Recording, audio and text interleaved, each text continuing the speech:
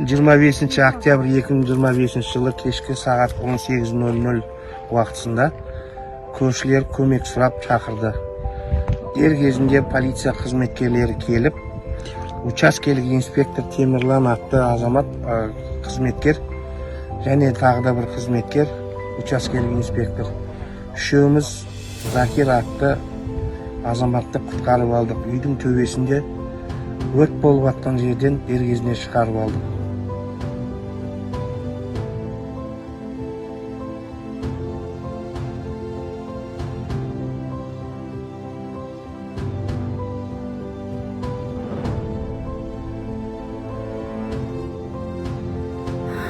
Жиырма 25 қазан күні бізде мына көршіміздің жан дауысы шыққаннан кейін біз жүгіріп шығып көмек сұрағаннан кейін біздің участковый бала келіп, екеуі жаңағы көршімізді өрттен аман алып қалды.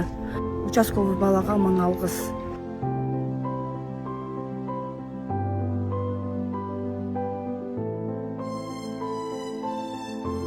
Мен Қажықанұлы Темірлан, Талдықорған қалалық полиция басқармасында 2023 жылдан бастап қызмет атқарамын. 25-10-2025 жылы 18:00 шамасында тұрғындарға жедел түрде көмек көрсетуге бағыттадық.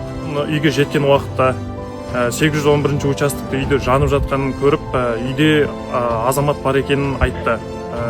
Бірден адамға қарай бағыттап, үйдің есік терезесі жабық болған соң, үйдің терезесін сындырып, үйдің ішіне кірдім. Үйдің ішіне кіргеннен кейін азаматты іздегеннен кейін азамат үйдің шатырында болғаны анықталды. Жедел түрде ойланбастан шатырға бағыттап, шатырға шыққан уақытымда адам жанып жатқанын байқадым.